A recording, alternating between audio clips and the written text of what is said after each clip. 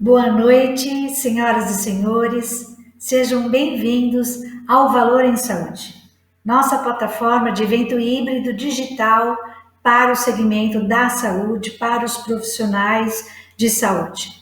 Diferente de outros eventos virtuais, neste evento o cenário é híbrido e trazemos os palestrantes e conteúdos para um cenário em 3D, onde compartilhamos com vocês o ambiente o mais próximo possível de um evento presencial.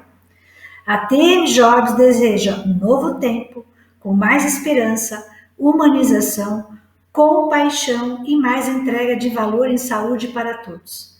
Agradecemos a Abbott pelo patrocínio, por este evento, por esta jornada que faremos durante o mês de agosto e por acreditarem nesse projeto e apoiarem essa importante iniciativa. Vamos assistir ao vídeo do Abbott.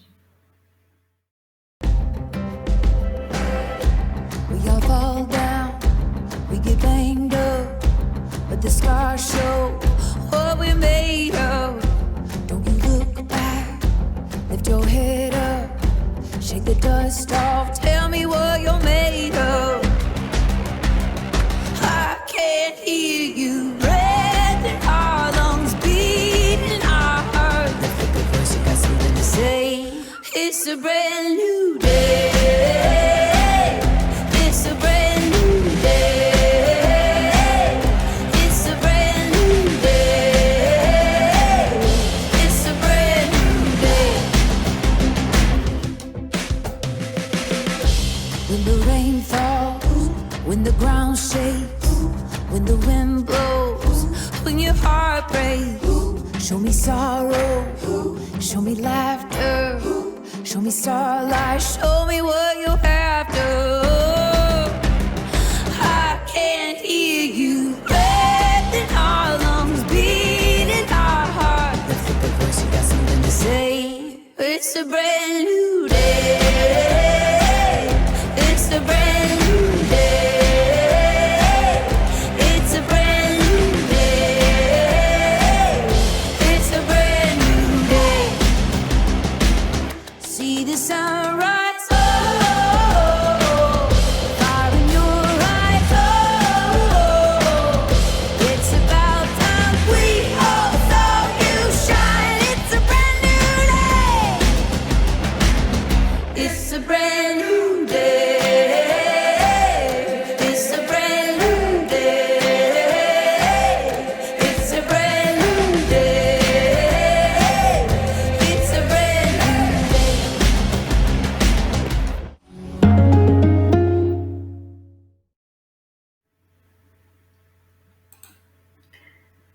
Continuamos em nossa jornada na geração de valor compartilhado e sustentável, através de nossas iniciativas.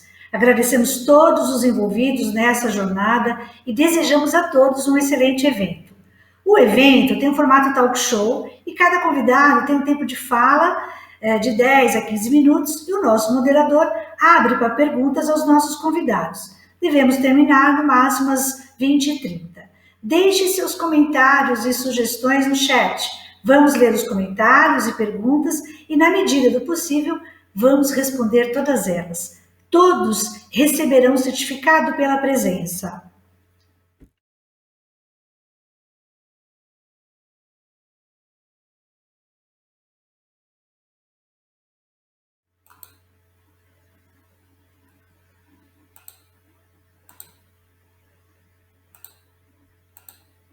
Convidamos para participar desse nosso evento Leonardo Piovesan Mendonça, gerente médico de saúde integral do Hospital Alemão Oswaldo Cruz, especialista em medicina do trabalho pela Amante e especialista em administração hospitalar pela FGV, além de ser geriatra pela Sociedade Brasileira de Geriatria e Gerontologia. Seja bem-vindo, Leonardo.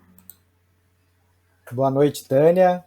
Boa noite a todos os ouvintes, participantes. Boa noite aos colegas de mesa. É um prazer estar aqui com vocês essa noite.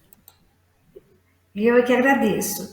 Também apresento com uma alegre participação, a primeira vez que a doutora Nancy Belém está conosco. Seja bem-vinda, professora. Ela é médica, infectologista, professora da Unifesp, infectologista e virologia clínica, mestre e doutorado em infectologia pela Unifesp. Seja muito bem-vinda, Nancy. Boa noite, é um prazer estar aqui com vocês. Prazer é nosso. A gente também apresenta o Dr. Rodrigo Aguiar, diretor de desenvolvimento setorial da ANS, Agência Nacional de Saúde Suplementar, mestrando no programa e pós-graduação Stricto Sensu em Direito Constitucional, PPGDC, da Universidade Federal Fluminense. Bem-vindo, Rodrigo. Obrigado, boa noite. Para mim também é uma satisfação enorme estar aqui mais uma vez, né? A minha segunda participação já. Isso. Nesse evento, nesse ambiente, nesse formato. Então, agradeço o convite e cumprimento também os meus colegas de debate. Tenho certeza que será uma noite muito profícua. Nós que agradecemos a ANS sempre estar prestigiando os nossos eventos e participando das nossas iniciativas. Também convidamos o Dr. Marco Cirilo. Seja bem-vindo, Dr. Cirilo, infectologista hospitalar, coordenador das comissões de infecção hospitalar do Servidor Público Municipal, do Hospital GESP, do Instituto Brasileiro de Combate ao Câncer e Hospital dos Olhos. Ele é membro da Câmara Técnica de Controle de Infecção Hospitalar da Anvisa e também diretor da Sociedade Brasileira de Infectologia. Seja bem-vindo, Dr. Cirilo. Muito obrigado.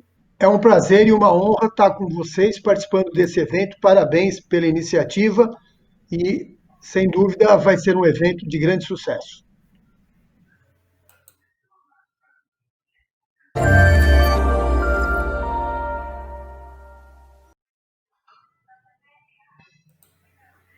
E para moderar esse talk show, nós convidamos nessa noite o Dr. Wilson Skolpnik, médico patologista clínico, hoje atual presidente da Abramed, Associação Brasileira de Medicina Diagnóstica, presidente do Conselho de Ex-Presidentes da Sociedade Brasil de Patologia Clínica, Medicina Laboratorial, do biênio 2020-21, e é também gerente corporativo de Relações Institucionais do Grupo Fleury. Doutor Wilson, a noite é sua.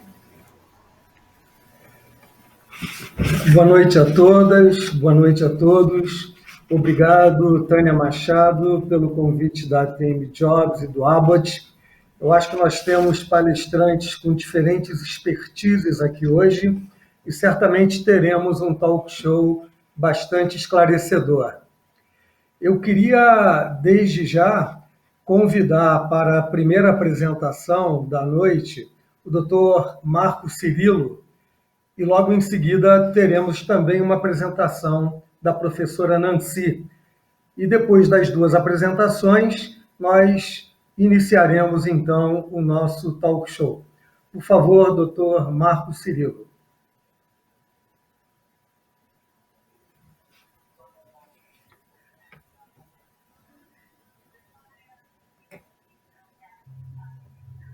Bom, nós vamos falar, já que nós estamos falando, né, de uma pandemia, mas como é que a coisa caminhou durante todo esse tempo?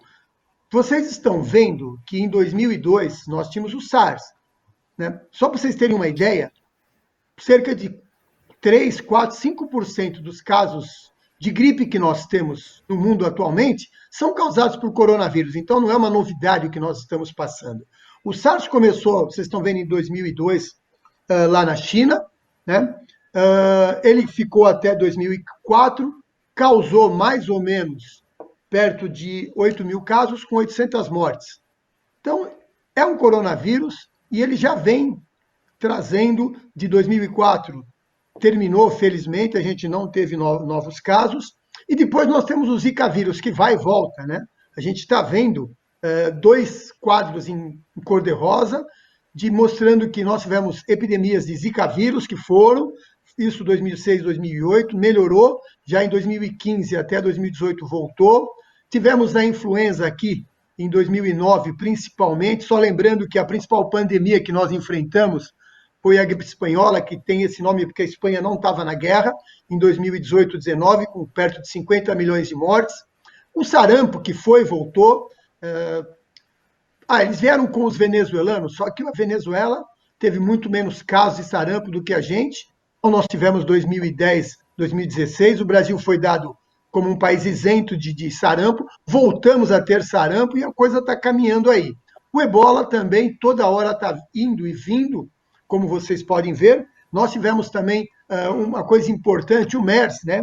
O MERS também nós tivemos 2.000, 2.200 casos, e o que acontece é que ele ainda hoje, o outro coronavírus está por aí, causando epidemias na Coreia do Sul, causando epidemias nos Estados Unidos, teve mais ou menos 2.000 casos, com perto de 800 mortes, e aí chegou para a gente o Covid-19, que nós queremos mostrar para vocês no próximo slide, onde tudo começou. Foi em Wuhan, mas provavelmente não foi em dezembro, né, no final de dezembro.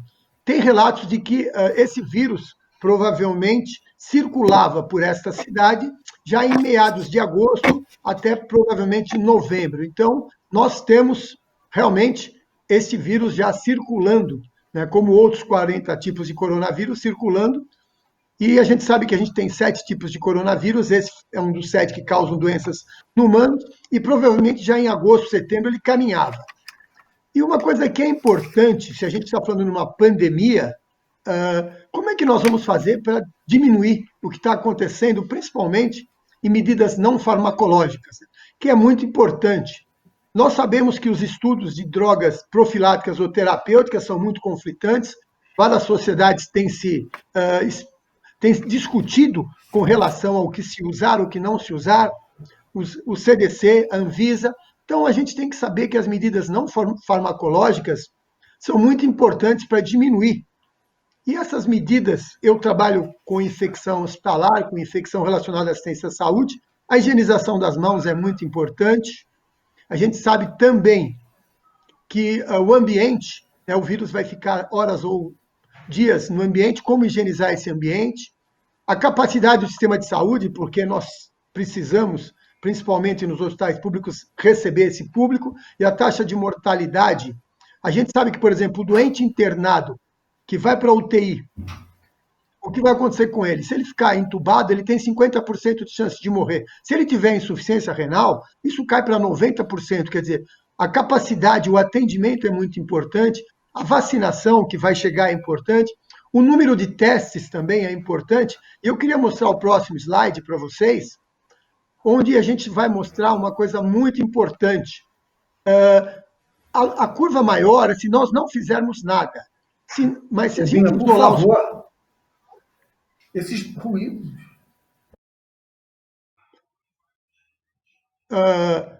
Se a gente não fizer nada, vocês estão vendo a curva maior, mas se nós isolarmos os casos, fizermos quarentena, fecharmos as escolas, as universidades, fizermos o distanciamento, principalmente das pessoas mais de 70 anos, mas o ideal para todo mundo, e mantivermos o sistema de saúde, nós vamos ter uma melhor oferta. Só lembrando para vocês, alguém fala, bom, mas como é que a coisa está em termos de testes sorológicos?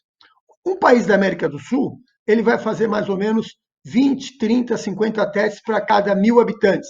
A gente está vendo, por exemplo, países como os Estados Unidos ou a Rússia fazendo 200, 250 mil testes, 250 testes para cada 1.000 habitantes. E hoje, em 2012, no dia 12 de agosto de 2020, nós temos os Estados Unidos fazendo já 65 milhões de testes, a Rússia fazendo cerca de 30 milhões de testes, a Índia fazendo perto de 25 milhões, o Reino Unido fazendo 18 milhões e o Brasil fazendo 13 milhões de testes no dia de hoje. Então, é muito importante que a gente possa seguir essas curvas e, principalmente, isolando os casos, principalmente as pessoas de fator de risco, fazendo quarentena, oferecendo serviços de saúde, utilizando os EPIs, fazendo a higiene do meio ambiente e também fazendo os testes sorológicos que eles seguramente vão colaborar na diminuição dessa curva que vocês estão vendo, que é essa curva maior. Então, cada uma delas representa uma medida.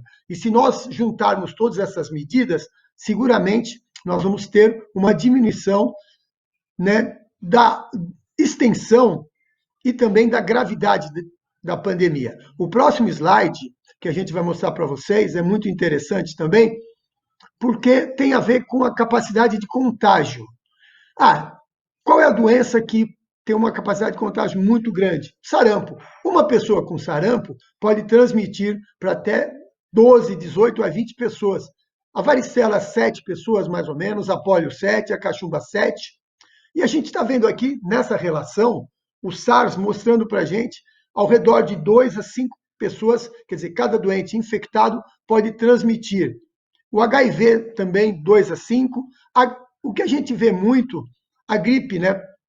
Teoricamente, nós estamos vendo aqui uma pessoa transmitir para 2 a 3 pessoas. Isso pode acontecer também, mas pode ser. Hoje em dia, a gente está vendo que uma pessoa está transmitindo, doente vai transmitir para uma pessoa com gripe. Então, é muito importante que a gente conheça a capacidade de contágio para que essas medidas que a gente for tomar no conjunto possa diminuir o impacto. Então, é muito importante a gente atender e observar a capacidade de contágio. E uma coisa que é muito complicada, que a gente vai discutir, poxa vida, quantas pessoas eu preciso ter infectadas para que eu não tenha mais infecção, para que exista uma imunidade de rebanho? Será que nós vamos chegar aos 50%, 60% da população com infecção para a gente poder ter a imunidade de rebanho? Ou será que os 20% que a gente já está tendo em alguns lugares é suficiente, 20% da população já com anticorpos ou com contágio com vírus, a gente faz com que a progressão não seja tão acentuada?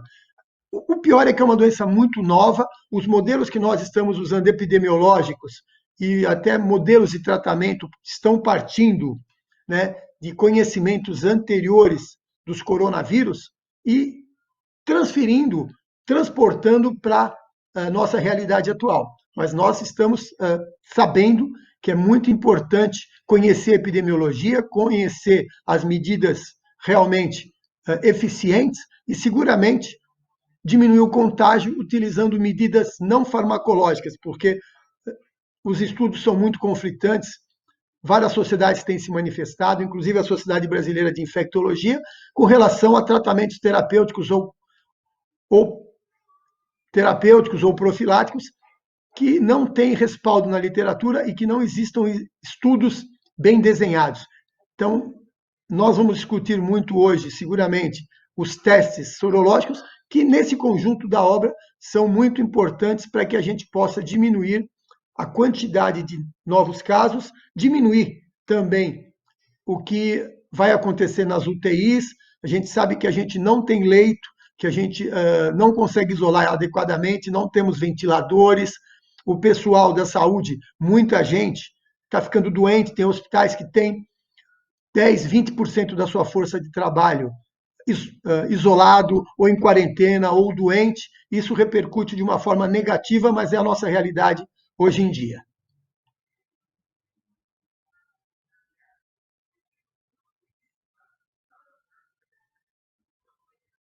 Cirilo, por essa brilhante explanação.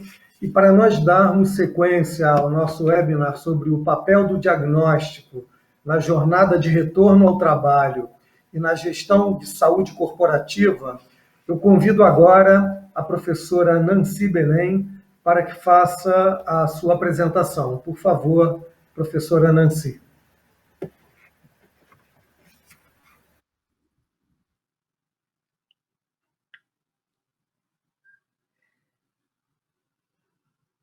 Bom, boa noite a todos, novamente. Eu queria fazer uma introdução, antes de comentar alguns testes diagnósticos de infecção e de resposta de anticorpo, que nós, médicos, nós, gestores, nós da população, não estávamos acostumados a fazer alguns testes que agora nós somos provocados a entender como eles funcionam em meio a uma pandemia nova, recente, por um vírus que não se esperava nesse momento como um vírus pandêmico. Então, se a gente retomar um pouco, a gente conhecia sorologia para hepatites, para HIV, para doenças virais crônicas como hepatite C e o HIV, para doenças virais agudas como cachumba, catapora, rubéola, a própria hepatite e zika, chikungunya, que eram vírus novos, emergentes, e que nós fazíamos a sorologia, muitas vezes nos primeiros 7 a 10 dias de sintoma, e, eventualmente, após algumas semanas, no sentido de orientar pacientes, de entender a epidemiologia, de entender o diagnóstico diferencial. Para o influenza, que é um vírus respiratório, o único para o qual nós tínhamos vacina, nós não usávamos sorologia. No máximo, usávamos, a partir de 2009, o PCR para diagnóstico principalmente de H1N1, mas para os outros vírus influenza, mas não usávamos sorologia. Não se falava em sorologia para doença respiratória viral. Claro que em pesquisa, em estudo de vacina, isso sempre foi utilizado, mas não era uma prática da população se questionar se deve fazer uma sorologia, dos gestores, dos médicos de trabalho e principalmente dos colegas médicos pedir sorologia diante de uma doença respiratória viral. E aí surgiu o coronavírus. Eu digo que não era esperado, porque nós, que somos infectologistas e os virologistas, nós que trabalhamos com as agências públicas internacionais, estamos nos preparando por uma pandemia de influenza, mas não nos preparávamos por uma pandemia de coronavírus. Até porque o último coronavírus que trouxe um problema sério foi em 2002, o SARS-CoV-1, e que foi uma doença que desapareceu, e que no Brasil nós não tivemos que lidar com o SARS-CoV-1. Muito bem, surge a pandemia, começamos a entender que os pacientes têm um período de incubação, que nós vemos aqui nessa figura, antes do tempo zero, que é o tempo de início de sintomas. Esses pacientes, descobrimos, a partir de alguns artigos que foram aparecendo rapidamente na literatura, que alguns indivíduos já tinham a possibilidade de detecção do vírus momentos antes de estarem infectados, na fase pré-sintomática, que é o que a gente vê aqui, nesse slide, ali, no -5 até o 0, com essa faixa azul. Vejam que a gente vê dias de sintoma em relação à carga viral no PCR. Então, aprendemos que tínhamos que, na suspeita de um paciente com quadro clínico, que no início se disse que era um quadro gripal, mas agora a gente sabe que a maioria dos quadros não são quadros de influenza-like illness ou da síndrome gripal. Nós temos pacientes só com cefaleia, nós temos pacientes com alguns sintomas gerais e diarreia, nós temos pacientes com falta de ar e tosse, nós temos pacientes com falta de ar e sem tosse, nós temos uma série de sintomas e nós temos pacientes assintomáticos. Então, fomos tendo que lidar com toda essa larga expressão de infecção e expressão clínica do coronavírus SARS-CoV-2. E aí aprendemos que tínhamos que, quando queríamos fazer o diagnóstico, testar a maioria das pessoas quando estivessem sintomáticas, porque poderíamos entender o início do sintoma e o período mais provável de detectar uma reação de PCR positiva, que fica em torno de 3 a 5 a 7 dias.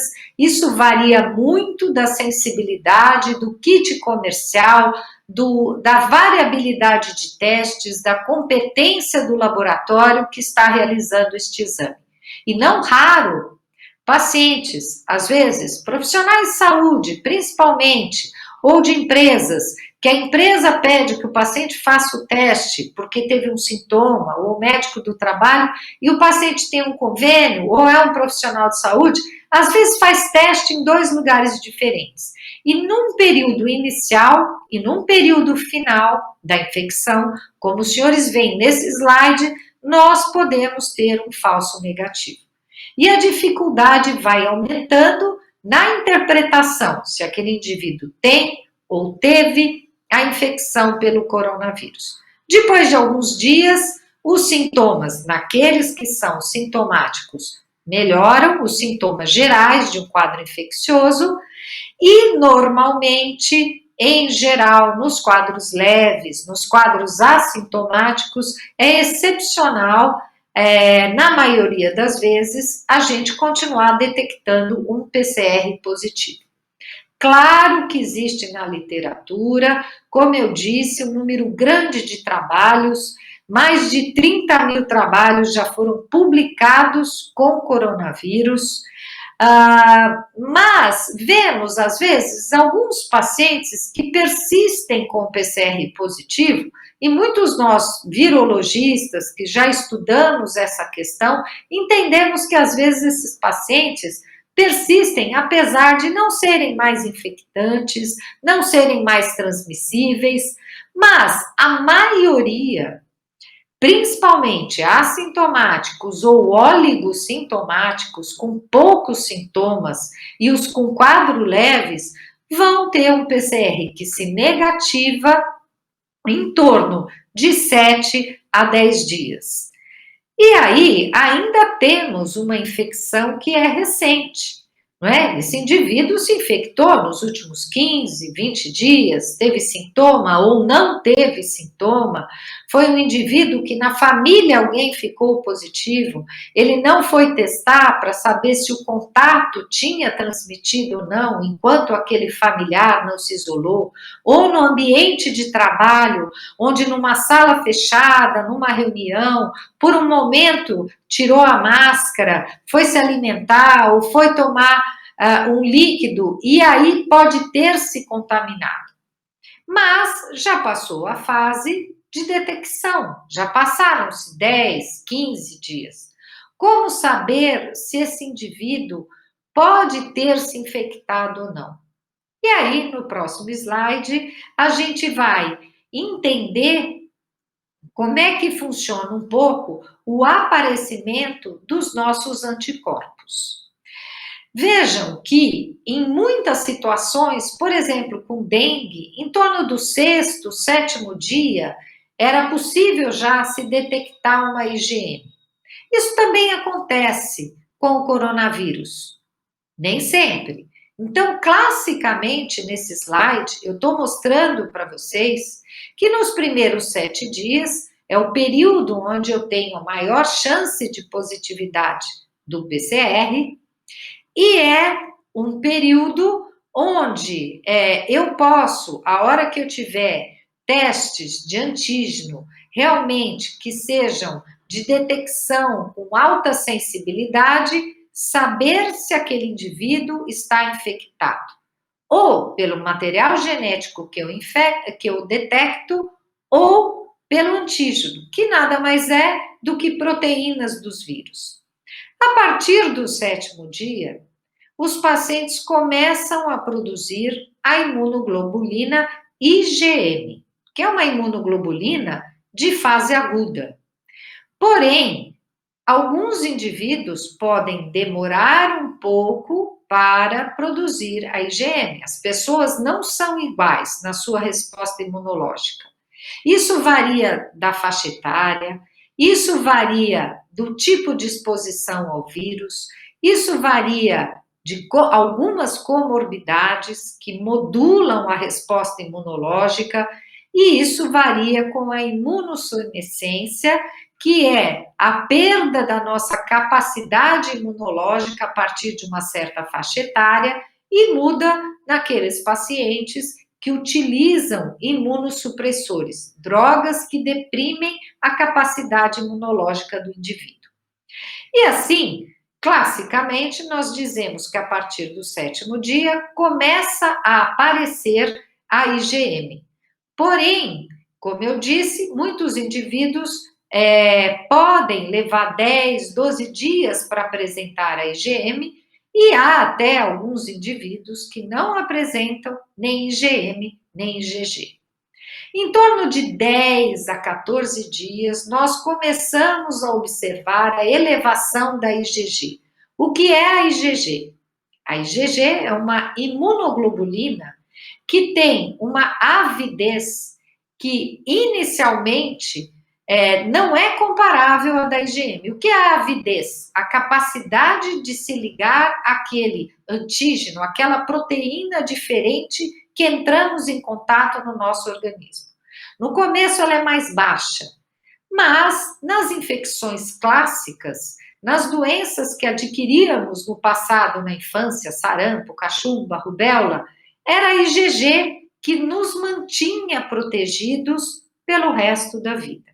Depois, era a IgG que nos mantinha protegidos de acordo com cada vacina por um período mais longo ou mais curto, contra uma infecção com a qual a gente não tinha se infectado.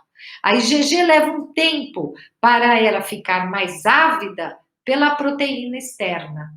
Então, ela começa a aparecer em torno de 10 a 14 dias, porém, muitos indivíduos só começam a formar a IgG, produzir a IgG, depois de 21 dias, e em muitas infecções, os títulos, ou seja, quantidades mensuráveis de IgG, vão persistir por longos períodos. E com o coronavírus? Nós não sabemos. Nós não sabemos quanto tempo nós vamos manter esta IgG. É de imaginar que por curto ou médio prazo, aqueles indivíduos que desenvolveram essa resposta vão manter títulos razoáveis, mas de fato a infecção, a epidemia, os dados até agora disponíveis não nos permitem entender pacientes com 1 ano, 2 anos, porque não temos esses pacientes ainda. Mas o que conhecemos é que pelo menos em torno de várias semanas esses pacientes vão manter a IgG.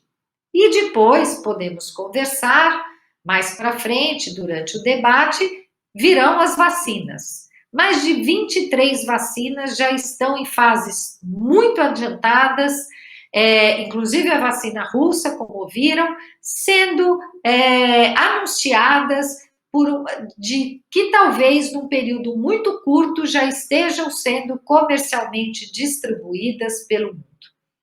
E aí nós vamos precisar entender a resposta vacinal, as diferentes vacinas.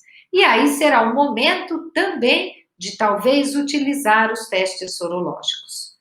Por fim, nesse slide, queria mostrar aos senhores um quadro relativamente didático para entender quando utilizar estes testes. Um teste bem feito, no momento certo, bem utilizado, ele garante aquilo que nós esperamos em termos de diagnóstico dos pacientes, da população, no banco de sangue ou nos estudos de vacina. Então, vamos lá. Uma infecção ativa, recente, nos primeiros 10, 15 dias, é possível que o PCR esteja positivo até 1 semana, como eu falei, 10 dias, e ainda não tenhamos nem IgA, nem IgM, nem IgG. Raciocinem com a IgA como se fosse IgM, didaticamente, para poder entender. Uma infecção que ainda pode estar ativa, o indivíduo ainda está cansado, mas já está na 2ª semana. Talvez o PCR seja positivo ou não. É uma infecção recente, ou da 2ª para a 3ª semana. É possível que o PCR ainda esteja positivo, mas já temos a presença da IgM. Ainda não temos a IgG, como expliquei. E uma infecção recente, mas que já não está mais ativa. O PCR pode até ter um restinho, como eu disse, não é infectante, é um resto celular que ainda tem genética. Mas eu já tenho IgM, e já provavelmente vou ter IgG.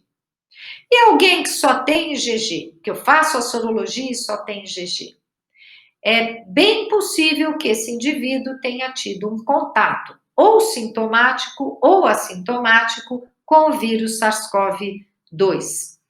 E um indivíduo que não tem mais PCR, mas tem IgM ou IgA positivo e IgG positivo. Esse indivíduo não tem, com certeza, uma infecção ativa. Ele deve ter tido uma infecção recente, pode estar se recuperando ou não. Era isso que eu tinha que comentar com vocês e depois estou à disposição para o debate. Muito obrigado, professora Nancy Belay, pela sua apresentação. Eu vejo que nós tivemos duas apresentações bastante complementares que pavimentaram, de alguma maneira, o terreno para nós prosseguirmos aqui com o nosso talk show. E eu vou inserir agora, então, os nossos outros convidados, começando pelo Dr. Leonardo Piovesan, que gerencia um programa de saúde integral no Hospital Oswaldo Cruz. Doutor Leonardo, vocês no hospital tiveram um desafio que foi comum a muitos serviços de saúde, ou seja, precisaram cuidar dos seus colaboradores, médicos, enfermeiros, auxiliares, enfim, a gama de profissionais que atua dentro dos hospitais e também dos pacientes que recorreram ao Hospital Oswaldo Cruz. Como é que vocês se organizaram para isso e quais foram as principais medidas que vocês tomaram? Por favor, doutor Leonardo. Muito bem, obrigado. Boa noite a todos mais uma vez. Então, vamos contar um pouco da experiência do Hospital Alemão Oswaldo Cruz, aqui de São Paulo, principalmente com o advento da pandemia da Covid-19. Bom, desde de janeiro, quando já haviam relatos, né, de casos identificados na China, né, já com a identificação viral, já com a classificação pela Organização Mundial de Saúde da Covid-19, o nosso serviço de controle de infecção hospitalar já vinha sistematicamente fazendo reuniões e encontros, né, para o corpo clínico, para o corpo de colaboradores, principalmente com o objetivo de trazer as informações atualizadas, informações clínicas, os boletins epidemiológicos que vinham principalmente da OMS.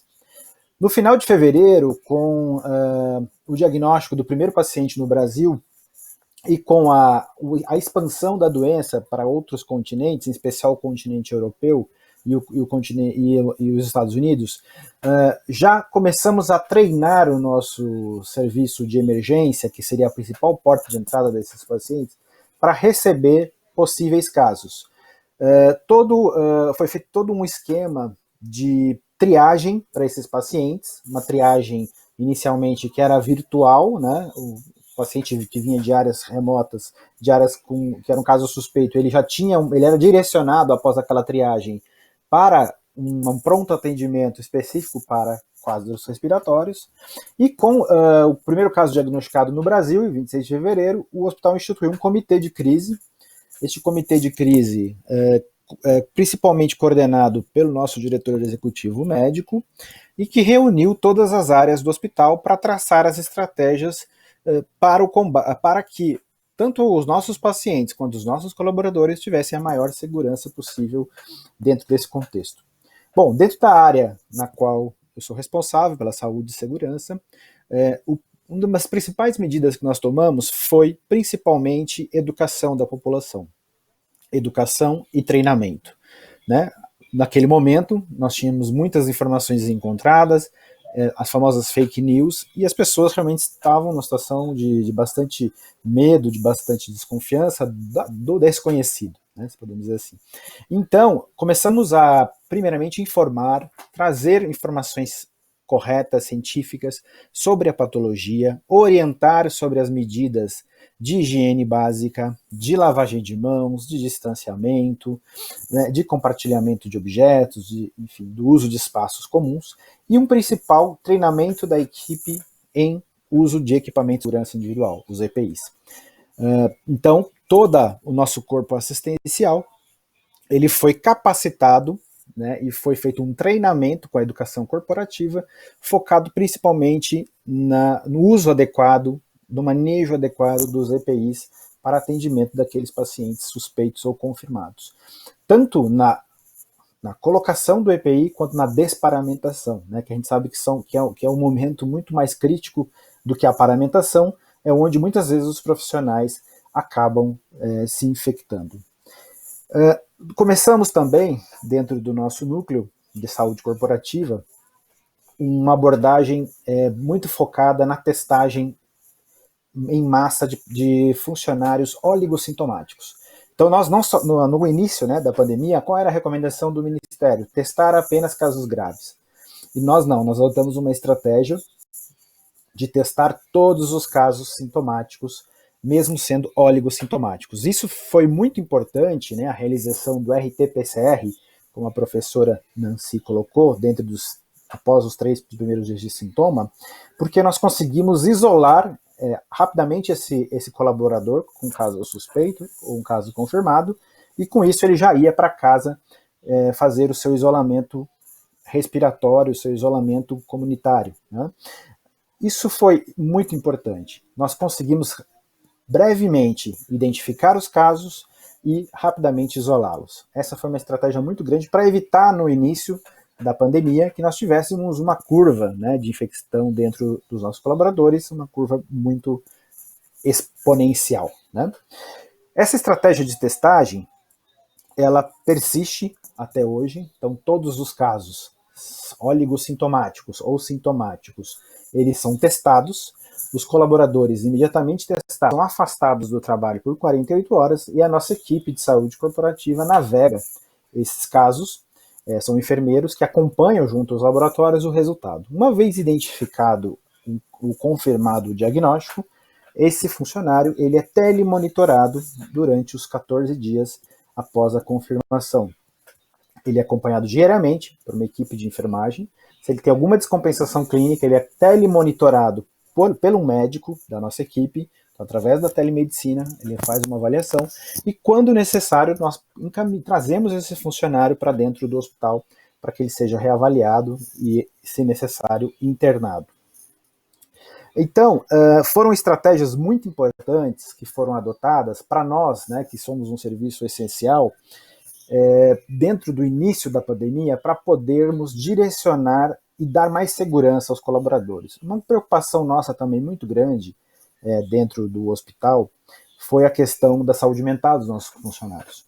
Como nós sabemos, é aquela questão, né, o medo do desconhecido, o medo do incerto. Isso trouxe muita atenção, né, para aquelas pessoas, principalmente aqueles funcionários que estão na linha de frente, pronto-socorro, unidades de internação COVID, unidades de terapia intensiva. Então nós começamos a trabalhar fortemente com essas pessoas, o nosso serviço com psicologia, com apoio da psiquiatria, um programa de saúde mental voltado principalmente a gerenciar o estresse dessas pessoas. Tá? Esse programa foi muito importante. A gente disponibilizou um hotline para que o funcionário que tivesse qualquer dúvida, qualquer questão, 24 horas ele acessasse esse hotline. Disponibilizamos, né, a terapia virtual, a psicoterapia virtual, para aqueles casos que tivessem interesse em fazer um segmento psicológico, e também disponibilizamos a telepsiquiatria. Então, aqueles casos que o médico da nossa equipe identificava que havia um sofrimento muito grande, que fosse necessário uma abordagem mais especializada, a gente encaminhava esse caso para uma telepsiquiatria. E, além disso, a nossa equipe trabalhou muito o treinamento de habilidades psicossociais. Então, trabalhou resiliência, trabalhou gestão de estresse, fizemos várias sessões virtuais, né, de mindfulness, sessões de meditação, yoga, foram muito importantes para ajudar as pessoas, e principalmente ouvi-las, né, acolhê-las, porque muitas tinham aquela questão também do medo de saber que mora em casa com um indivíduo mais idoso ou com medo de levar a doença para os seus filhos. Então o trabalho psicológico foi muito importante para o equilíbrio da equipe, em especial a liderança está ali junto com eles para poder fortalecê-los no enfrentamento. Bom, diante disso tudo, rotinas hospitalares foram alteradas, né? A questão do home office foi um ponto muito importante também. Apesar de sermos um serviço essencial, nós deslocamos quase 20% da nossa força de trabalho para o home office e, principalmente, remanejamos aqueles indivíduos que eram fatores de risco, fatores de risco, mas eram da assistência. Então, eles foram realocados para o trabalho remoto, em home office, ou então em áreas não Covid. Isso tudo muito rápido, né? A gente teve que fazer isso em 15 dias, organizar todo esse serviço.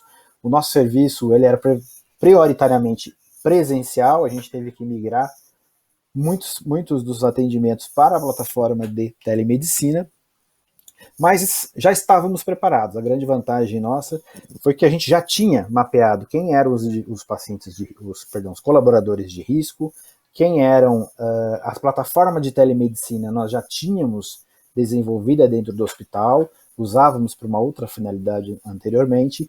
Então a adaptação foi rápida, mas foi muito adequada para atender toda essa demanda. A testagem, como eu disse, hoje nós realizamos aproximadamente quase 2.000 RTs PCRs nos nossos funcionários. Em torno de 30% desses testes vieram positivos para o SARS-CoV-2. Nós tivemos em torno de 550 casos funcionários testados positivos. Destes, 95% já voltaram ao trabalho. A maior parte das pessoas tiveram quadros leves, né? E a testagem, em síntese, ela foi super importante, porque sem ela a situação poderia ter sido muito pior. Mas continuamos a seguir. Obrigado, Dr. Leonardo. Eu vou me dirigir agora ao Dr. Rodrigo Rodrigues Aguiar, que é diretor de desenvolvimento setorial da Agência Nacional de Saúde Suplementar, a ANS. Dr. Rodrigo, essa pandemia ela atingiu o nosso país e provocou mudanças em toda a sociedade, e aí incluídas agências reguladoras, outros órgãos governamentais.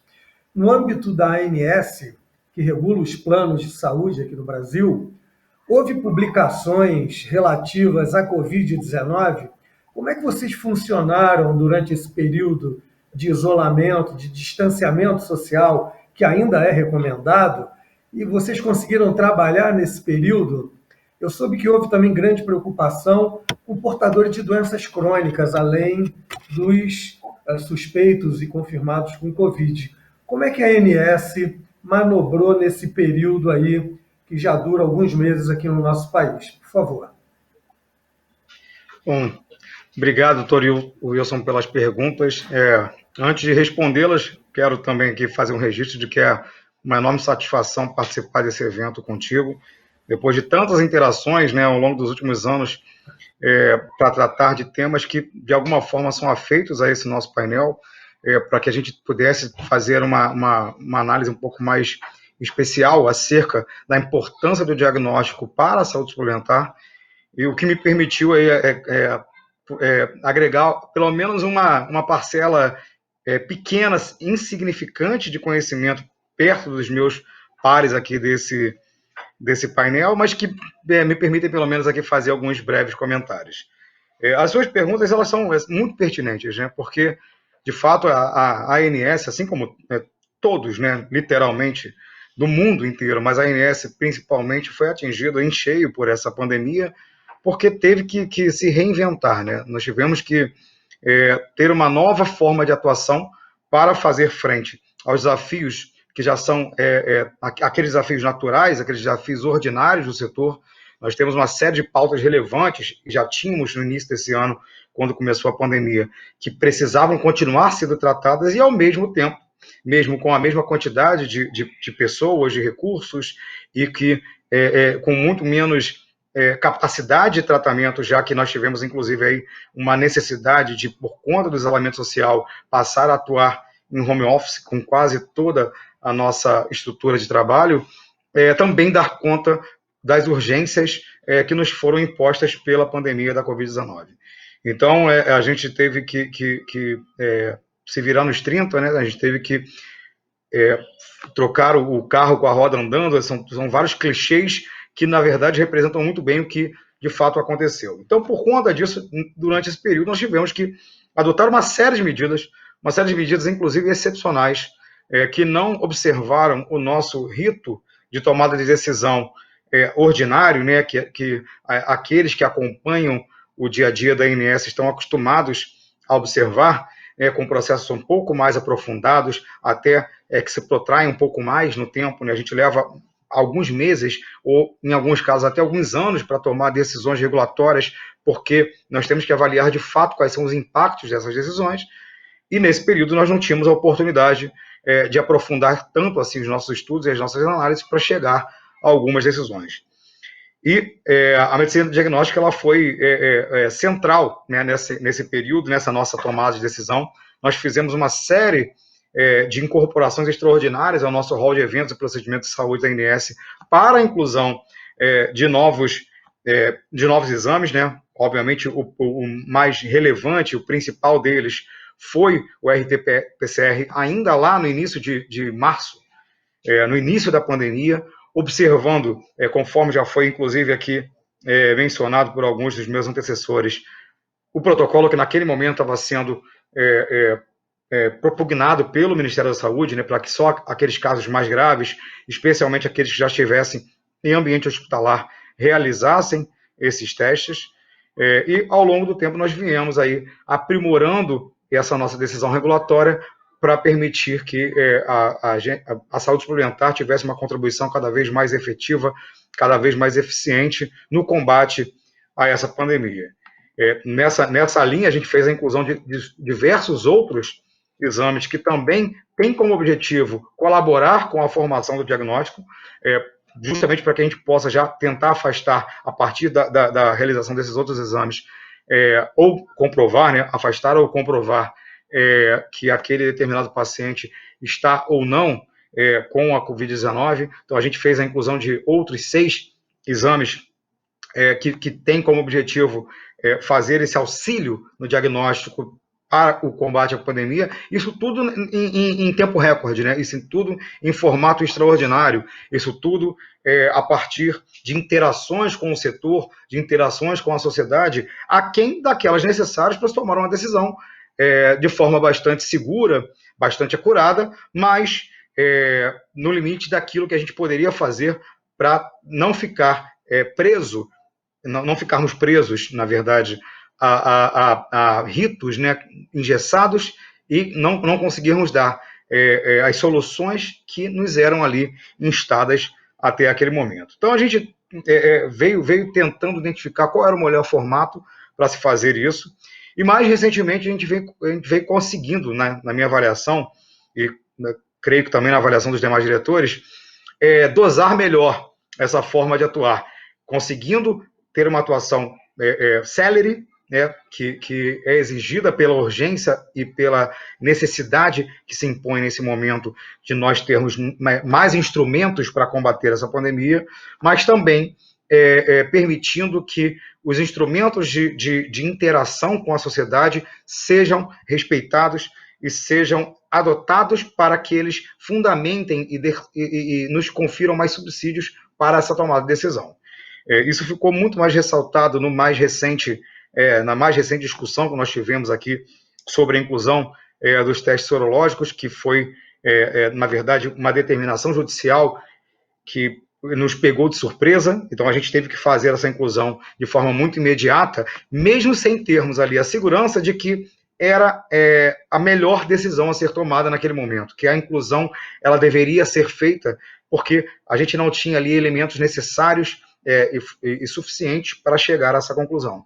Então, a decisão de primeiro fazer a inclusão e depois fazer a suspensão com a imediata marcação de uma audiência pública, para que nesta audiência pública o setor como um todo, e de maneira mais ressaltada, os especialistas da matéria, como estes que aqui estão participando deste debate hoje, pudessem ali nos apresentar os seus pontos de vista, especialmente aqueles fundamentados na melhor evidência científica, na melhor evidência da ciência médica, conduzisse a nossa decisão. E por isso, né, já a partir de amanhã, a gente vai novamente tomar uma decisão sobre esse tema a partir desses primeiros subsídios colhidos, e dessa vez colhidos com um pouco mais de profundidade do que vínhamos fazendo até então, porque a gente já está cada vez mais maduros também para chegar e tomar esse tipo de decisão, e mesmo que não seja assim ainda, né, com toda a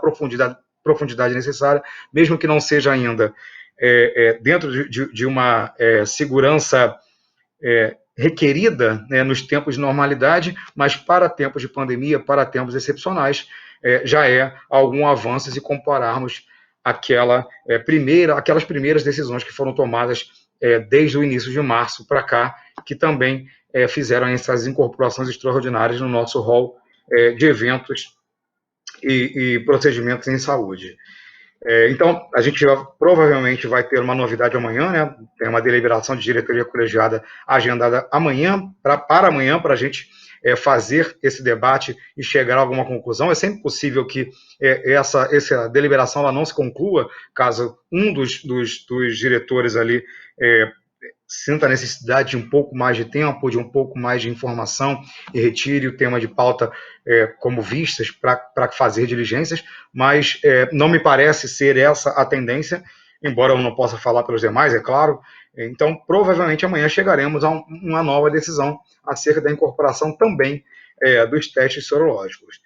E aí, para a gente fazer aqui uma conexão mais adequada, né, com o tema principal do nosso debate, que é a volta ao trabalho e também a gestão da saúde corporativa, eu sempre ressaltei ao longo desses últimos 3 anos, principalmente quando eu cheguei na diretoria de desenvolvimento setorial, onde o espectro de atores com quem você tem que lidar, com quem você tem que se relacionar, é bem maior do que aquele que se observa em outras diretorias que tratam basicamente da relação com as operadoras, e na diretoria de desenvolvimento setorial você tem aí muitos outros atores participando, até mesmo para além daqueles que podem ser imediatamente imaginados, que são os prestadores de serviços de saúde. A gente precisa cada vez mais fazer com que aqueles que precisem de produtos amoldados às suas necessidades, ou seja, as empresas que contratam esses planos de saúde para conferir um benefício, para gerir a saúde do seu funcionário, do seu colaborador, participe também deste ambiente de debate, participe também desse ambiente de contribuição para a tomada de decisão, porque sem isso a gente tem um pouco mais de dificuldade de compreender quais são as suas necessidades imperiosas, compreender de que forma, por exemplo, uma incorporação extraordinária de um procedimento no rol, ela pode afetar, ela pode impactar positiva e também negativamente, né? Os impactos eles podem ser de 2 ordens, nestas empresas que, no final das contas, fazem a sustentação do nosso setor de saúde suplementar, já que 67% dos nossos beneficiários são vinculados a planos coletivos empresariais e, portanto, sustentados aí pelas empresas que contratam para o oferecimento desse benefício ao seu funcionário. Então, para que a gente cada vez mais possa ter uma visão ampla, cada vez mais ampla, sobre essa questão da vinculação entre saúde suplementar e trabalho e gestão da saúde corporativa, para além daquela especialização que está muito clara, que já vem ocorrendo no setor, né, diversas empresas atuantes no setor vêm se especializando nessa matéria, como muito bem apresentou o Leonardo agora, é o caso, por exemplo, do Hospital Alemão Oswaldo Cruz e diversos outros hospitais e também outras empresas, inclusive de medicina diagnóstica, a gente também tem conhecimento de que vem se especializando na matéria, mas que a gente também ouça aquele que está lá na ponta, aquele que está ali adquirindo esse produto e que precisa cada vez mais de um produto amoldado às suas necessidades para que possa oferecer uma saúde corporativa adequada ali aos seus funcionários. Então, para não me alongar muito, acho que como fala inicial, tentei perpassar aqui todos os seus comentários e fico aí à disposição para maiores debates. Obrigado. Obrigado, doutor Rodrigo Rodrigues Aguiar. Eu ia fazer uma pergunta agora, trazendo os nossos palestrantes, iniciando pelo doutor Cirilo, mas eu vou inverter diante da notícia que nós tivemos aqui do doutor Rodrigo, que a ANS amanhã vai deliberar sobre a incorporação dos exames sorológicos. Eu vou dirigir a pergunta à professora Nancy e pedir os comentários do doutor Cirilo logo em seguida. Professora Nancy, nós sabemos que a indústria de reagentes, de kits para laboratórios clínicos, lançou há pouco um tipo de kit que detecta anticorpos totais, ou seja, uma mistura dos anticorpos IgG e IgM. E a senhora, na sua apresentação, assim como o doutor Cirilo também, demonstraram que o aparecimento dos anticorpos pode variar muito. A gente sabe que eles aparecem durante um período, mas nós não conseguimos precisar para todas as pessoas o exato momento em que eles aparecem para cada uma delas. Na semana passada, a Sociedade Brasileira de Patologia Clínica e Medicina Laboratorial, que eu presidi até dezembro do ano passado, fez uma recomendação à ANS exatamente para incorporar os exames sorológicos. Porém, ela recomendou que a sua utilização fosse restrita aos casos em que não foram possível realizar o exame molecular e, além disso, sugeriu que esses exames fossem realizados apenas dias após o aparecimento dos sintomas. Pelo visto, nós não estamos falando de uma testagem massiva em toda a população, já que temos essas duas condições para serem atendidas. A senhora concorda com essas indicações? Elas podem servir de alguma maneira para confirmar também um diagnóstico de Covid-19? Será que os exames sorológicos têm alguma utilidade? Em que circunstâncias isso deveria acontecer? Eu vou pedir, então, a sua resposta e, em seguida, um comentário do Dr. Cirilo, por favor. Bom, então, obrigada pela pergunta. É uma pergunta complexa, né? Quando a gente fala de exames sorológicos, você mesmo começou falando de imunoglobulina total. Eu acho que é muito importante a gente entender que para a gente usar um teste de forma que ele responda àquele anseio que eu tenho. Eu estou diante de um paciente, vamos dar o primeiro exemplo, e eu tenho um anseio de descobrir se ele tem um quadro de infecção atual, ou na semana passada, ou há 10 dias, e ele tem um PCR negativo. Isso é a minha prática, né? Como eu mostrei, eu faço laboratório, faço clínica, eu coordeno na universidade toda a testagem de funcionários do hospital, e eu sou clínica no laboratório. Então, a gente se depara com situações que o PCR, na fase aguda, não te resolve. Você se depara com um paciente que às vezes tem uma falta de ar, uma tomografia alterada, mas tem uma comorbidade que poderia justificar aquilo, tem uma família que alguém viajou, alguém está trabalhando na quarentena, alguém teve um contato com uma outra pessoa positiva, então você está numa situação diagnóstica que você precisa esclarecer. Seria excelente eu poder ter um teste de IgM nesse paciente e, se vier positivo, eu poder, dali uma semana ou duas, confirmar com teste de IgG. Isso seria o ideal. Eu mostrei naquele slide a dinâmica da infecção.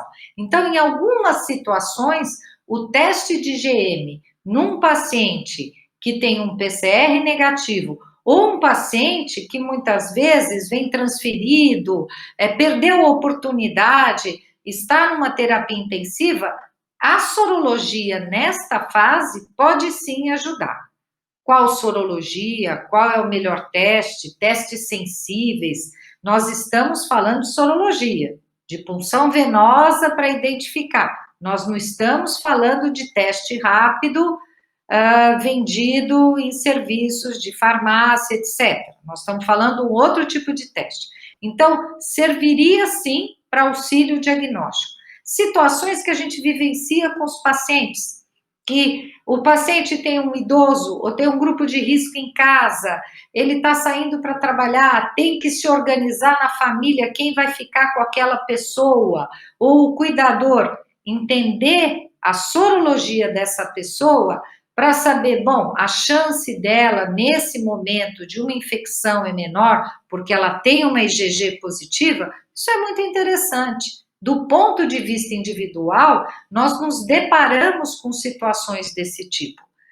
Eu comentei na minha aula, nós vamos ter uma série de vacinas que nós vamos precisar entender o papel dessas vacinas em muitas cidades, em muitos municípios. Os prefeitos vão... A hora que a gente tiver 4, 5 vacinas, a minha população já teve, não teve, quantos por cento, quem eu vou vacinar? Então, do ponto de vista epidemiológico, é muito importante também o uso da sorologia. Então, eu vejo, nesse momento, a possibilidade de usar uma IgM criteriosa, de um teste bem feito, bem realizado, para um diagnóstico de uma infecção recente, num caso de PCR negativo, ou da indisponibilidade de um PCR. Isso é factível? Sim, com certeza. Entendendo o momento e entendendo a necessidade de uma confirmação com IgG depois. E entendo o uso da sorologia, da IgG, nessas situações que eu comentei. Obrigado, professora Nancy. Doutor Cirilo, um rápido comentário que eu já tenho uma pergunta aqui na agulha para lhe encaminhar. Por favor. Não, eu vou falar de mim. Eu tive Covid, certo? Em junho, final de maio, junho. E eu prefiro ter uma sorologia separada, IgG e IgM. 18 dias depois do início do meu quadro clínico, eu tinha PCR positivo e quase 2 meses depois ainda tinha IgM positivo e IgG.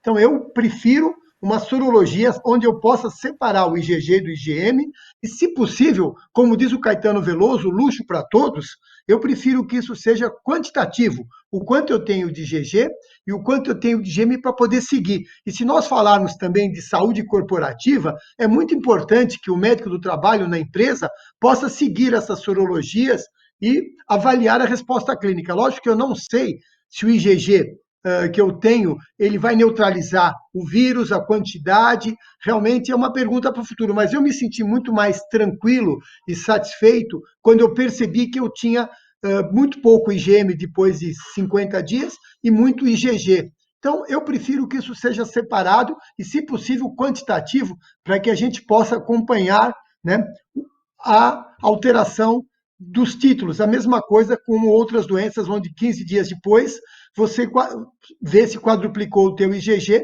para dar o diagnóstico daquela doença. Então, separar. Eu não gosto muito de IgG e IgM no mesmo, a mesma resposta. Eu gosto separado e, se possível, quantitativo. Doutor Cirilo, o senhor mencionou há pouco uma preocupação exatamente com a gestão corporativa. Então, vamos por esse caminho um pouquinho. O senhor mencionou na sua apresentação alguma coisa sobre a importância de nós achatarmos a curva de infecção, interrompendo a transmissão. Mas tanto a professora como o senhor também nos lembraram que, em relação à Covid, nós temos pessoas assintomáticas ou mesmo oligossintomáticas, ou seja, com poucos sintomas. Essas pessoas podem estar retornando ao trabalho, às suas empresas. Que recursos o senhor acha que nós podemos utilizar para conseguirmos detectar essas pessoas e que, de algum modo, interromper a linha de transmissão? Bom, eu queria comentar dois documentos importantes. O primeiro, do mês passado, do CDC, que diz que a gente pode tirar do isolamento, e eu trabalho com infecção hospitalar, aquele doente que está do início dos sintomas a 10 dias Antigamente ele não teria que ter sintomas respiratórios, né? Agora o ideal é que ele não tenha nenhum sintoma, mas não mais 14 dias, 10 dias, e antigamente 72 horas sem febre, sem tomar antitérmico, agora 24 horas sem tomar antitérmico, sem febre. Nós podemos tirar esse doente com quadros leves e moderados. Os quadros graves, a Anvisa colocou na sua nota 7 desta semana, de que o doente poderia sair com 20 dias depois do início do quadro clínico. E o CDC, ele diz que você pode tirar com 20 dias, mas se você precisar, e essa é a nossa realidade, na grande maioria dos hospitais públicos, se você precisar do leito, você pode tirar esse doente entre 10 e 15 dias. Então, nós adotamos os leves 10 dias, né? E os graves 14 dias, desde que eles tenham ficado 24 horas sem febre e tenham ficado sem grandes sintomas sistêmicos, não só respiratório. Uma coisa que eu gostaria de lembrar é que as empresas precisam avaliar bem os seus funcionários. E as medidas ambientais, eu queria deixar muito claro aqui, porque a gente tem ouvido muito que muitas empresas estão colocando no ar produtos como peróxido de hidrogênio, ozônio e cloro e aspergindo o ar, fazendo com que o funcionário tome banho disso ou jogando no meio ambiente.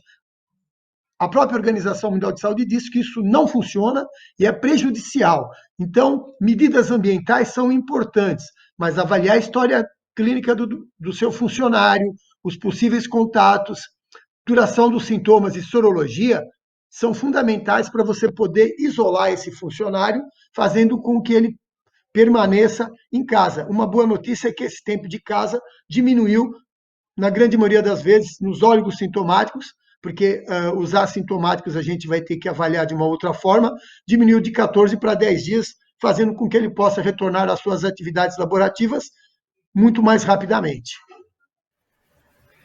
Obrigado, doutor Cirilo.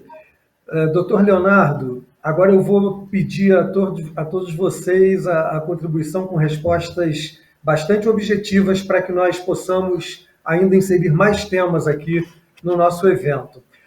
O home office foi uma consequência natural dessa necessidade de distanciamento social. O senhor mencionou isso entre as medidas adotadas no próprio Hospital Oswaldo Cruz. Mas muitas empresas agora estão recebendo, como eu falei há pouco, os seus colaboradores que retornam ao trabalho. E eu sei que o Hospital Oswaldo Cruz tem orientado muitas empresas nesse sentido. O senhor poderia nos trazer, resumidamente, quais são as medidas recomendadas para essas empresas e se elas incluem alguns exames laboratoriais? Por favor, doutor Leonardo, resumidamente. Ok.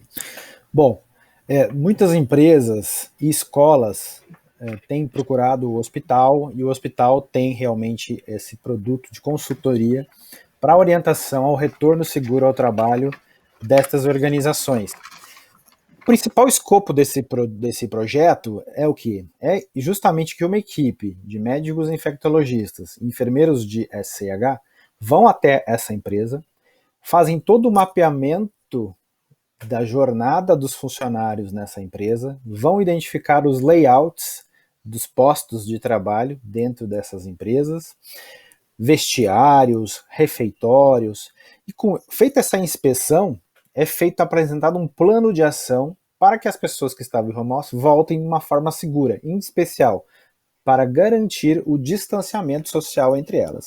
Então, postos de trabalho são remanejados, são feitas, na verdade, intersecções entre postos, dimensionamento do refeitório para que sejam atendidos todos os funcionários, são refeitos para que tenham segurança no momento de servir as refeições.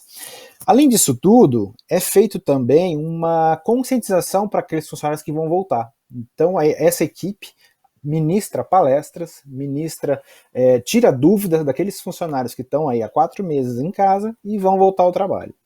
E um outro braço desse serviço é orientar o médico do trabalho dessa empresa em relação, especialmente em questão à testagem, né? Qual teste que ele deve fazer no caso de um paciente sintomático, se ele deve ou não fazer a cirurgia, a adoção, as regras de isolamento, o tempo de afastamento, qual a forma que ele deve ter segurança para garantir que o seu funcionário volte ao trabalho sem risco aos demais. Testagem, triagem nas portas das empresas, das escolas, triagem de sintomas, que pode ser feito por aplicativos. Antes da pessoa sair de casa, ela já pode preencher esse aplicativo. Aferição de temperatura, orientação quanto ao uso de máscaras dentro do espaço corporativo. Enfim, é feito todo esse estudo, é proposto esse layout, e aquelas empresas que já têm protocolos prontos, o hospital chancela ou faz alterações quando indicado pela nossa equipe. Muito obrigado, doutor Leonardo. Eu volto agora ao doutor Rodrigo Rodrigues Aguiar, a quem eu tenho acompanhado pelo trabalho que ele vem realizando na ANS, e eu percebi, doutor Rodrigo, que há poucos dias a sua equipe divulgou um trabalho sobre o número de exames relacionados à Covid que foram realizados desde março. Me chamou a atenção, por exemplo, no Rio de Janeiro, menos de 1.000 exames realizados. Nós sabemos que a população do Rio de Janeiro, metade dela são beneficiários de planos de saúde. Esse número me chamou a atenção. E, ao mesmo tempo, uma outra diretoria da ANS, a DIPRO, divulgou também dados sobre reclamações de beneficiários que não conseguiam acesso aos exames laboratoriais já obrigatórios, né, determinados como obrigatórios pela agência. O que pode ter acontecido? Qual é a sua avaliação desse quadro?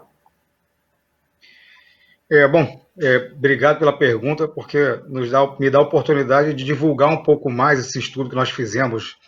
A ideia, na verdade, foi a gente trazer uma informação que a gente queria ter trazido desde sempre, né?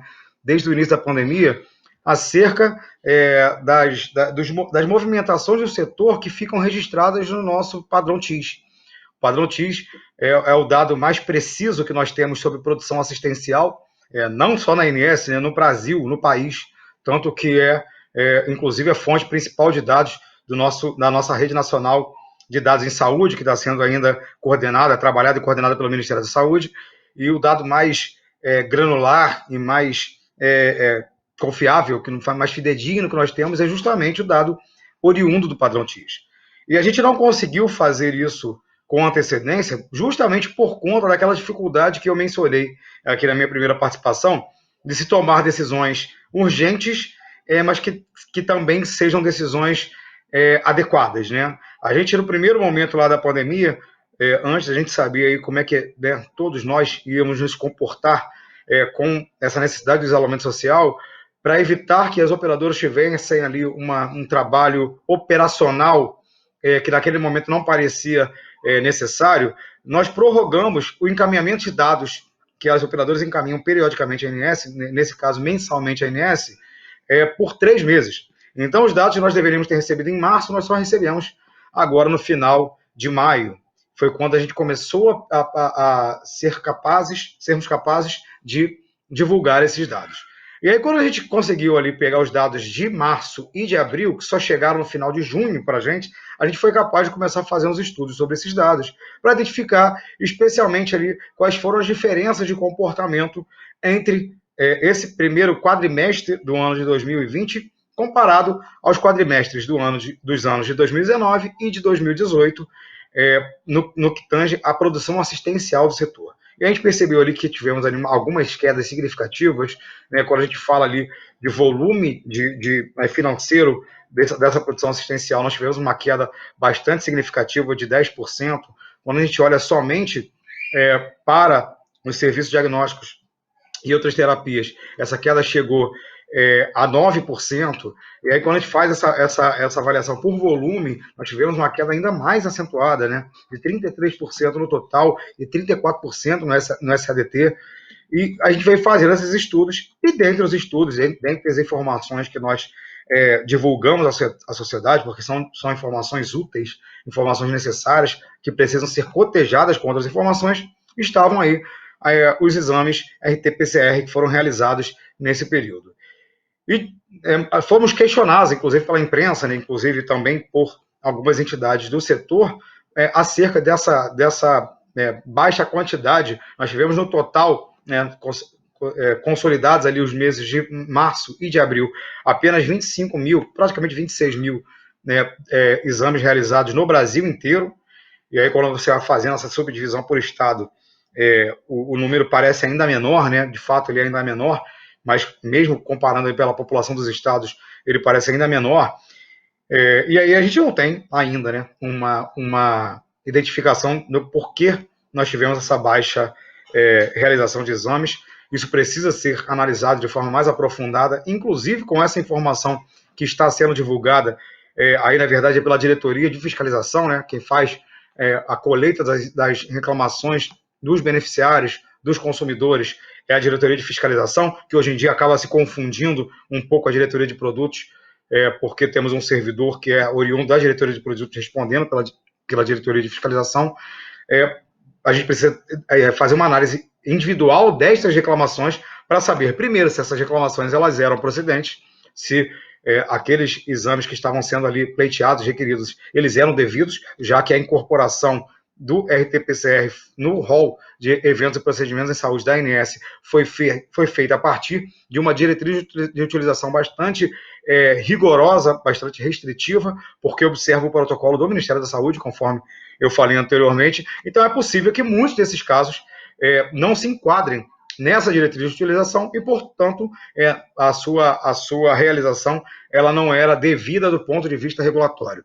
A gente ainda não tem essa informação, isso vai requerer uma análise mais profunda. Para que nós tenhamos uma análise qualificada sobre esse período, a gente está firmando uma parceria com a Fundação Getúlio Vargas, com o professor Alberto Gata, para fazer uma análise sobre a comunicação acerca dos desfechos esperados para o paciente no período da Covid entre operadoras e os seus beneficiários.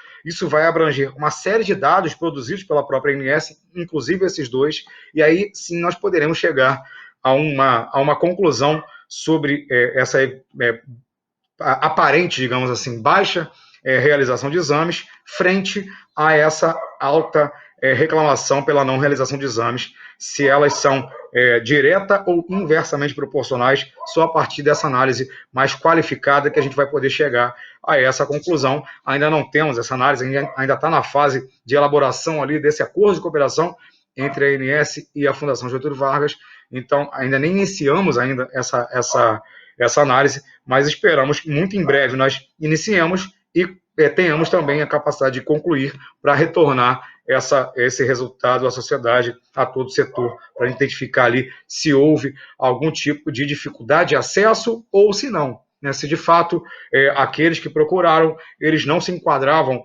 ali nas hipóteses em que o exame era devido e por isso que o exame não nos foi concedido. Ainda não temos capacidade de chegar a essa conclusão. Obrigado, doutor Rodrigo. Essas informações são muito importantes, porque nós sabemos que o maior número de planos de saúde é contratado por empresas, são planos empresariais, e eu acredito que os beneficiários estejam ávidos por utilizar os recursos a que têm direito, né? E qualquer obstáculo nesse sentido seria prejudicial, né, aos contratantes dos planos. Nós temos aqui na nossa assistência muitos profissionais que são ligados à área de recursos humanos, ou seja, que se envolvem na contratação de planos de saúde. Mas obrigado pela sua resposta. Eu vou me dirigir agora à professora Nancy Beley e vou pedir em seguida comentários do Dr. Marco Cirilo, porque os dois são infectologistas, então fica difícil para mim dirigir apenas a um ou a outro alguma pergunta. Professora Nancy, eu sei que a senhora é uma estudiosa, é pesquisadora de infecções respiratórias na Unifesp. Eu gostaria de saber, com relação a outras doenças respiratórias que podem estar ocorrendo simultaneamente aqui na pandemia, né? O mundo não se fechou apenas para a Covid, né? Nós temos recursos para diagnosticar outras doenças. O que a senhora tem visto aí com a sua prática médica? Por favor. Olha, então, realmente, aqui eu estou em São Paulo, né? Com a quarentena que nós fizemos a partir de abril, com as crianças em casa, né? As crianças são as crianças que mais fazem a circulação de influenza, principalmente as em idades escolar, na comunidade. E com o uso do álcool gel, né, diminuiu muito a taxa de infecção respiratória viral, por exemplo, influenza e vírus sincicial respiratório, que eu particularmente tenho uma experiência, pelo que você falou, da minha linha de pesquisa, e foi muito engraçado, porque eu faço consultório e eu tenho teste de detecção de influenza no consultório e de vírus sincicial, embora eu não atenda criança, mas um ou outro cardiopata, às vezes isso é importante a gente fazer o diagnóstico. E isso realmente, janeiro, ainda em fevereiro, eu consegui documentar algumas infecções. Depois, com o estabelecimento da quarentena, as medidas, as informações, realmente diminuiu muito esses casos. O que eu estou vendo agora? Agora, como muitos sabem, nós estamos fazendo os testes dos pacientes vacinados pela Oxford, né, que são profissionais de saúde, está sendo feito estudo com a vacina da Oxford na Unifesp. E a gente, no meu laboratório que eles são testados quando tem sintomas. E a gente já testou vários com sintomas. E eles, nesse momento, se antes 50% dos meus profissionais de saúde, entre 39% e 50% que vinham sintomáticos, tinham Covid, a epidemia acalmou um pouco aqui em São Paulo, né? Então, agora, eu estou vindo ver profissionais de saúde fora do protocolo de vacina e uso do protocolo de vacina, que eu estou testando Covid e não está dando Covid. Então, já me abriu uma alerta para procurar que vírus que pode ser. Nós estamos para retestar de novo, porque no começo a gente testou março, abril, maio, e não achava nem nas crianças, nem nos adultos, esses vírus mais importantes. E agora eu já falei, pessoal, precisamos voltar a testar, porque esse pessoal não está com Covid, mas está com sintoma respiratório. E é muito importante a gente fazer o diagnóstico, porque tem implicações, né? São doenças de transmissão importante aí, tanto no hospital como na sociedade, tem um impacto importante. Então, nós temos que ficar de olho, porque talvez seja um momento que a gente está usando a sorologia para saber quem teve Covid, PCR para Covid, para poder entender um pouco ainda quem tem Covid, mas talvez já vamos começar a usar os testes para influenza, para vírus sincicial respiratório, que a gente já tem disponível e tem experiência anterior de usar, né? Obrigado, professora. Doutor Cirilo, o senhor, na sua prática como infectologista, tem observado o aparecimento de outras doenças que podem se confundir com a Covid-19? Este ano, 10 milhões de pessoas vão ter tuberculose, como todo ano a gente tem acontecido. Desses 10 milhões, de 800 mil a 1 milhão são pan-resistentes.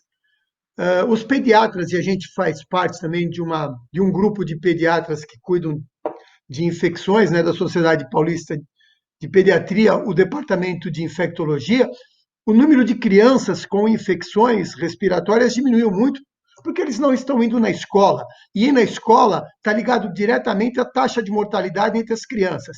A professora Nancy lembrou bem que a tua imunidade começa bem com os 12 anos e vai até os 40 anos, mais ou menos. Então, a tuberculose continua, as infecções respiratórias, outras diminuíram, mas eu queria lembrar uma coisa. Para nós que trabalhamos em hospital, nós estamos tendo muitas pneumonias secundárias à Covid, com KPCs, com as pseudomonas, com os Acinetobacter. Então, isso tem aumentado muito, pneumonias comunitárias ou relacionadas à assistência à saúde com bactéria multiresistente, levando ao uso de antimicrobianos mais modernos e elevando nossas taxas de óbito. Então, tuberculose continua, infecções respiratórias diminuíram, principalmente nas crianças que não estão indo na escola, mas as infecções relacionadas à assistência à saúde, principalmente as pneumonias associadas à ventilação mecânica, por bactérias multiresistentes como KPC, pseudomonas, acineto e, em alguns casos, Staphylococcus aureus, que estão ligados diretamente a infecções pós-viróticas, a gente tem notado isso, um aumento crescente nos nossos hospitais públicos e privados. Obrigado, doutor Cirilo. Vamos voltar então para a saúde corporativa. Eu me dirijo agora ao doutor Leonardo Piovesan.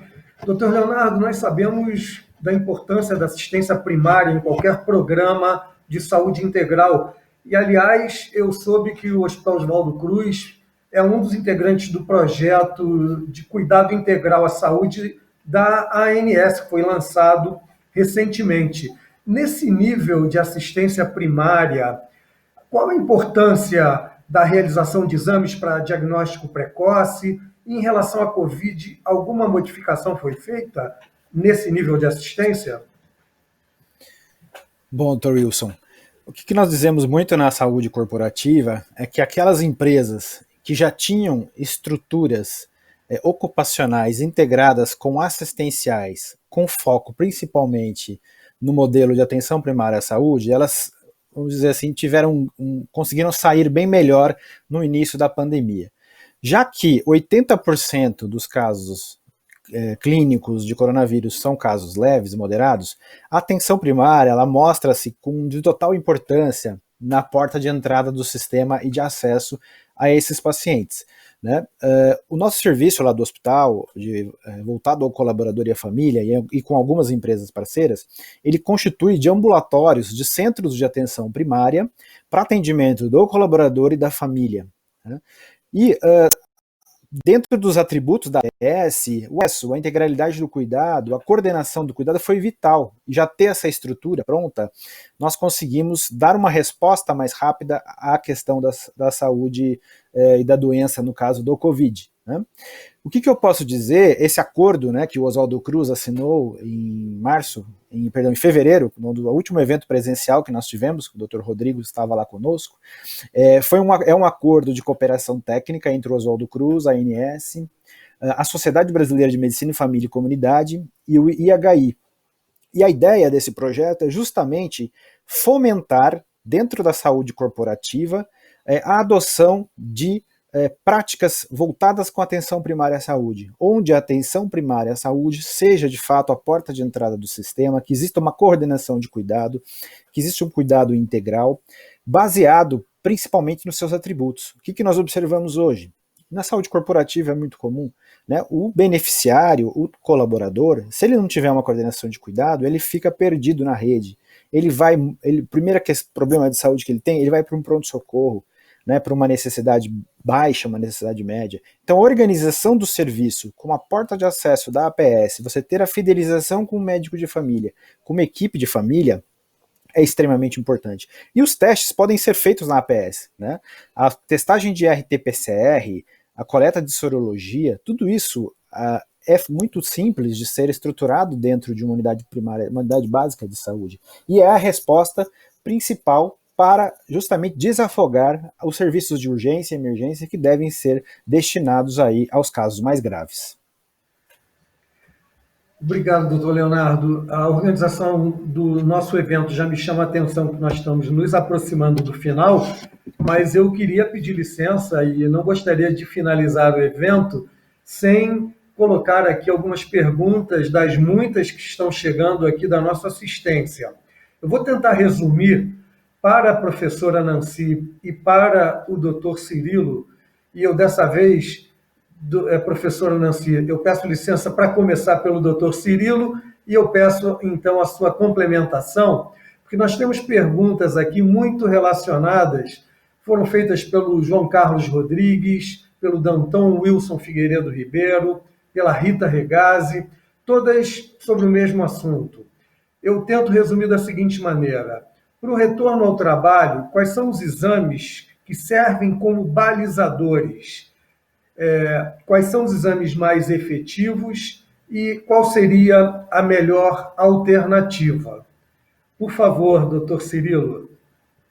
Antes de responder isso, eu queria fazer um parênteses dizendo assim que as empresas, por favor, sigam as orientações do CDC americano, sigam as orientações da OMS e da Anvisa, e não procurem assessorias de empresas que inventam coisas que não têm esse balizamento das sociedades, como a Sociedade Brasileira de Infectologia, outras sociedades, Então, procurem estabelecer as suas normas baseadas principalmente no que a Anvisa diz.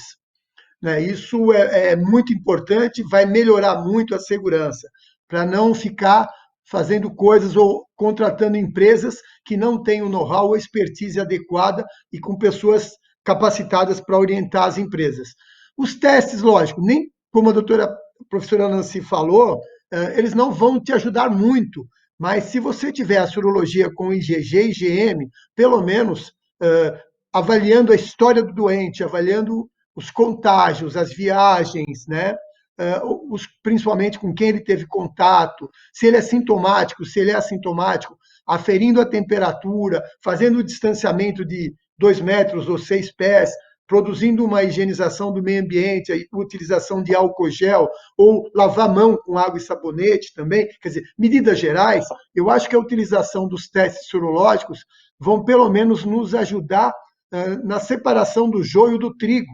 Teoricamente, aquele doente, ou aquele funcionário, né, que pode ou não ter tido contágio, o IgM vai te dizer, teoricamente, uma fase aguda, o IgG uma fase mais tardia e de recuperação. Então, eu acho que um exame bem executado desse, com critério, né, avaliando sua história e os exames do paciente, eu acho que vão nos ajudar a ter um retorno ao trabalho de uma maneira mais robusta, mais prática e mais segura. Então, primeiro, o conjunto da obra, seguida da sorologia, feita por alguém adequado e também traduzido e amparado num conhecimento científico de um profissional da saúde credenciado para isso. Obrigado, doutor Cirilo. O doutor Cirilo é um diretor da Sociedade Brasileira de Infectologia e eu agora peço a complementação da professora Nancy, lá da Unifesp. Por favor, professora. Então, acho que se a empresa tem um médico do trabalho, paciente sintomático, agudo, PCR. Paciente que teve uma história anterior, dependendo do tempo, IgM ou IgG. Juntos não permite uma identificação adequada. Imunoglobulina total não permite identificação adequada e nem manejo correto da situação. Se não tem um médico do trabalho, o paciente sintomático deve procurar o serviço de saúde e os pacientes sem sintomas, que não sabe se tiveram, para ter um entendimento, como falou o Cirilo, para poder separar o joio do trigo, IgG e, eventualmente, uma recomendação de, se necessário for, procurar um serviço de saúde, caso tenha uma desconfiança que possa ter tido um contato no trabalho, para tentar fazer um diagnóstico no momento adequado com o PCR, eventualmente com o IgM ou IgG. Ok, obrigado, professora. Certamente não teremos tempo para despedidas de todos os nossos debatedores, mas eu queria fazer uma concessão agora ao nosso convidado, que não atua na área de prestação de serviço de saúde, o Dr. Rodrigo Rodrigues Aguiar, que, como ele anunciou aqui, amanhã terá a sua penúltima reunião na ANS como diretor de desenvolvimento setorial. Dr. Rodrigo, quase na sua despedida da ANS, qual seria o seu comentário a respeito do sistema de saúde suplementar? Ele melhorou nos últimos anos? Quais são os desafios? Os beneficiários estão mais protegidos? Temos um ambiente regulatório saudável? Por favor, a sua despedida em nome de todos, praticamente, que estiveram conosco aqui essa noite. Obrigado, Wilson, pela concessão, pela deferência. De fato, estou muito próximo de concluir aí a minha passagem pela diretoria da ANS. Faltam menos de 30 dias, né, mais 2 diretorias colegiadas, eu concluo essa minha jornada. Foi muito gratificante para mim, muito cansativo, muito trabalhoso, mas também muito gratificante, um período em que o sentimento de propósito ele sempre ficou ressaltado, porque sempre se trabalhou para melhorar o setor. E eu espero que, mesmo não sendo capaz de responder se nós temos um setor melhor ou não do que tínhamos há 3 anos atrás, que tenha deixado algumas sementes aí que possam germinar para melhorar o setor. Tentamos trabalhar nesse período, atacando todos aqueles problemas que nós já tínhamos identificado, nós que eu falo, todos nós, né, que estudamos e que atuamos nesse setor saúde suplementar nos últimos anos. Então, a gente está tentando, a partir de uma série de ações, como essa, por exemplo, esse nosso projeto da atenção primária, melhorar o modelo de atenção. E melhorando o modelo de atenção, a gente também precisa melhorar o modelo de cuidado. Melhorando o modelo de cuidado, a gente precisa que nós tenhamos um acompanhamento estrutural do ponto de vista de governança de dados, para que a gente possa tomar decisões baseadas em evidências também quantitativas, né, que os dados possam nos permitir. Então, a gente está construindo um consórcio nacional de indicadores de desfecho para hospitais, que vai servir tanto hospitais públicos quanto hospitais privados. Vai ficar pronto no final deste ano já, de 2020. Não foi um trabalho que foi impactado pela pandemia, a gente conseguiu dar prosseguimento. Então, a gente vem tentando deixar caminhos para que o setor chegue a melhores resultados. Os últimos anos foram muito difíceis para o setor perdeu muito beneficiários. Se a gente contar desde 2014, já são mais de 3 milhões de pessoas fora do setor saúde suplementar. Um movimento que o setor não tinha experimentado até então, né? Desde o início da regulação em 2000, nós só tínhamos observado crescimento do número de beneficiários, e nos últimos 5 anos, agora 6, essa curva se inverteu e a gente começou a experimentar redução no número de beneficiários. Redução no número de beneficiários começa a gerar uma série de dificuldades e faz com que o setor tenha que se movimentar para buscar melhores práticas. Isso acabou sendo uma oportunidade para que a gente pudesse colaborar, conduzir o setor a essas melhores práticas, e isso, embora não tenha resultados imediatos, eu tenho muita esperança que isso gere resultados de médio prazo, pelo menos, não vou nem falar de longo prazo, mas de médio prazo, que a gente comece a perceber melhorias muito claras a partir do ano que vem, a partir do outro ano. Este ano foi um ano muito mais difícil do que os anteriores, a partir dessa ocorrência absolutamente inesperada, mas já estava previsto ser um ano difícil, já não seria um ano fácil. A gente só teve mais dificuldades do que a gente esperava que nós tivéssemos até então. Então, a gente começar a olhar para o futuro e ver que boas práticas vêm sendo implementadas, como um modelo de atenção voltado à atenção primária, como modelos de remuneração que são voltados a melhores desfechos em saúde, para de fato gerar valor, né? Uma expressão que vem sendo tão banalizada e tão pouco compreendida, mas cada vez mais está no dia a dia das nossas operações. Isso é a gratificação que eu espero receber ao final desse período. Obrigado pela deferência mais uma vez, obrigado a todos aí pela gentil permissão da minha participação nesse debate tão técnico, e vamos para a próxima, né? Obrigado mesmo. Nós aqui agradecemos, doutor Rodrigo. Agradeço também ao Abbott por ter nos proporcionado essa oportunidade. Eu devolvo a palavra agora à Tânia Machado, que é a organizadora desse evento com a TM Jobs. Por favor, Tânia. Nossa, que diálogo maravilhoso. Agradecemos aos integrantes do talk show, nosso moderador, doutor Wilson. Foi fantástico essa moderação. Os nossos convidados, doutor Cirilo, doutor Rodrigo, doutor Leonardo e a professora Nancy, e pela audiência desse nosso evento.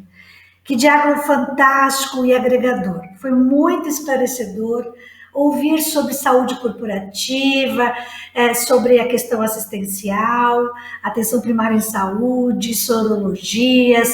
A professora trouxe muita questão de outras infecções respiratórias, análises clínicas, PCR, IgM, IgG, e a importância da retomada do ambiente do trabalho. Parabéns e gratidão a todos. Rodrigo, parabéns pela sua jornada, dedicação e contribuição para a saúde suplementar. Sucesso na sua nova jornada. Espero revê-lo em breve aí nos nossos eventos. E eu queria aproveitar para pedir que vocês se inscrevam em nosso canal Valor em Saúde no YouTube, acompanhar nossos programas. Todas as terças-feiras a gente tem o programa Valor em Saúde gravado ao vivo e os nossos eventos digitais. Esse evento estará disponível em nosso canal e a gente pede também para que vocês possam compartilhar. Na próxima quarta-feira, dia 19, às 18h30, nós teremos outro evento como esse, com o tema Atenção Primária em Saúde, com foco na gestão do paciente pós-pandemia. Informo que vocês que já participaram do evento de hoje já estão inscritos para o próximo. Basta clicar no mesmo link de hoje. Encerro o evento lembrando que o tempo é nosso maior aliado, é tempo de aprimorar conhecimentos e trocar experiências, é tempo de fortalecer os relacionamentos, é tempo de criar diálogos e oportunidades. É tempo de acreditar no próximo, na ciência, na medicina, nos profissionais de saúde e esperar por dias melhores. Até breve. Muito obrigada.